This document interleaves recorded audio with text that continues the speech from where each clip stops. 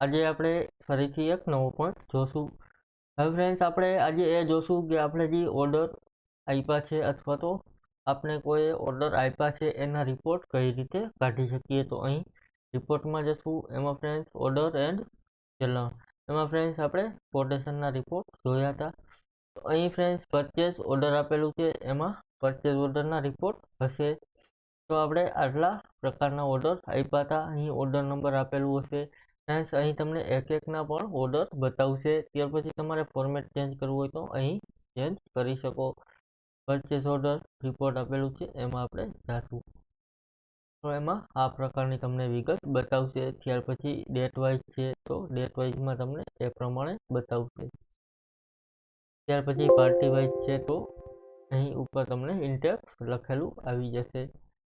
ત્યાર પછી friends city wise, area wise, product list wise અને ઓર્ડર એડજસ્ટમેન્ટ રિપોર્ટ, એમાં કંઈ પણ નહીં આવે કારણ કે આપણે ફાઇનલ નથી ગયા. અહીં ડિફોલ્ટ ફોર્મેટ આપણે રાખીશું. ફ્રેન્ડ્સ હવે તમારે આ શીટને એક્સપોર્ટ કરવું હોય તો તમે અહીંથી એક્સપોર્ટ કરી શકો. અહીં આપણે અધર પેથમાં રાખીશું.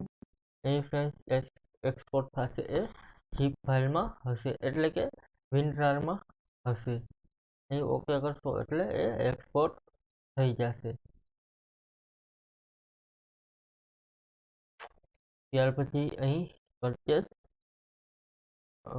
પરચેસ કોટેશન આપણે રાખીશું. પરચેસ ઓર્ડર રાખીશું.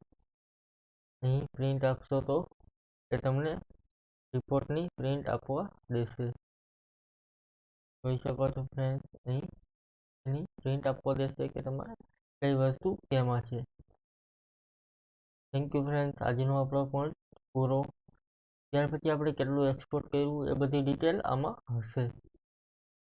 થેન્ક યુ ફ્રેન્ડ્સ, આજનો આપણો પોઈન્ટ પૂરો. કાલે ફરીથી આપણે એક નવો પોઈન્ટ જોશું. Thank you.